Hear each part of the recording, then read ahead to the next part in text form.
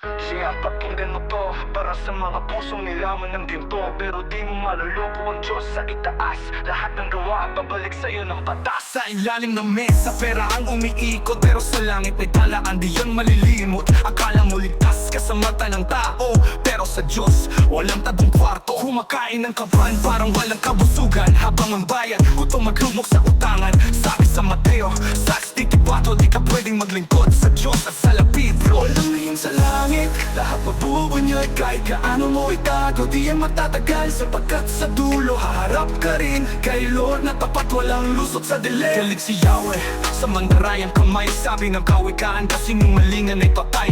Boses ng dukha, huwag mong patayin. Dahil sa langit, maririnig din yan ng hari natin. Gamit mo Biblia, sa pangakot kampanya, pero gawa mo puro dayat pandaraya. Sinasamba mo ba si Kristo o si Kwarta? Pag nilayan mo, baka puso mo'y marahas na.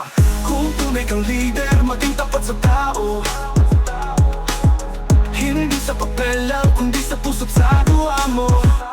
Lucas 2, tandaan mo rin, walang napagtago na di mabubunyatin. Walang lihim sa langit, lahat mabubunyag. Kahit kaano mo itago, di yan magtatagal. Sapagkat sa dulo, haharap ka rin kay Lord na tapat, walang lusot sa dilim.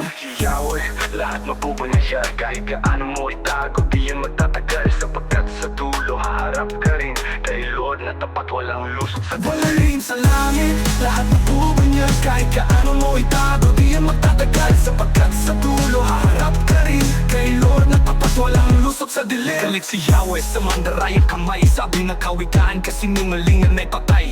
Boses ng dukha, huwag mong patayin. Dahil sa langit, maririnig din yan ng hari natin. Gamit mo Biblia, sa pangakot kampanya, pero gawa mo puro dayat pandaraya. Sinasamba mo ba si Kristo o si Kwarta? Pag nilayan mo, baka puso mo'y marahas na. Kung tunay kang leader, maging tapat sa tao. Hindi sa papel lang, kundi sa puso't sa gawa mo. Lucas 2, tandaan mo rin, walang natatago na di mabubunyag. Kaya bago ka magnakaw, bago ka nandaya, isipin mo si Kristo, nakatingin siya. Tunay na yaman, di ito kapangyarihan, di puso malinis, yan ang kaligtasan.